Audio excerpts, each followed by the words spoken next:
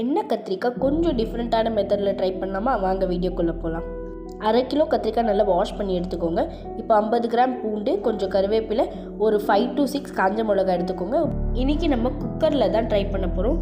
100 grams oil போட்டுட்டு oil சூடானதுக்கப்புறமா நம்ம இதில் கடுகு ஆட் பண்ணிக்கலாம்.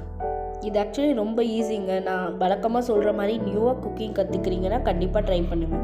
இப்போது கடுகு கொஞ்சம் வெடிஞ்சதுக்கப்புறமா இதில் கருவேப்பிலை ஆட் பண்ணிவிட்டு நம்ம வாஷ் பண்ணி வச்சுருக்கிற பிரிஞ்சாலை இதோட சேர்த்து நல்லா மிக்ஸ் பண்ணிக்கோங்க.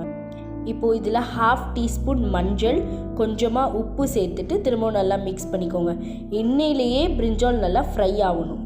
ஒரு மிக்ஸி ஜாரில் நம்ம எடுத்து வச்சுருக்கிறது எல்லாமே இதோட சேர்த்து ஆட் பண்ணிவிட்டு அரைச்சிடுறதுக்கப்புறமா இந்த அரைச்ச பேஸ்ட்டை இந்த கத்திரிக்காய் கிரேவியோடு நல்லா சேர்த்து மிக்ஸ் பண்ணிக்கோங்க. இப்போது குக்கர் மூடிடுங்க. பட் இதில் இன்னொரு விஷயம்னா, இதில் குக்கரில் விசில் போடாதீங்க. 20 மினிட்ஸ் கழித்து எடுத்திங்கன்னா சூப்பரான எண்ணெய் கத்திரிக்காய்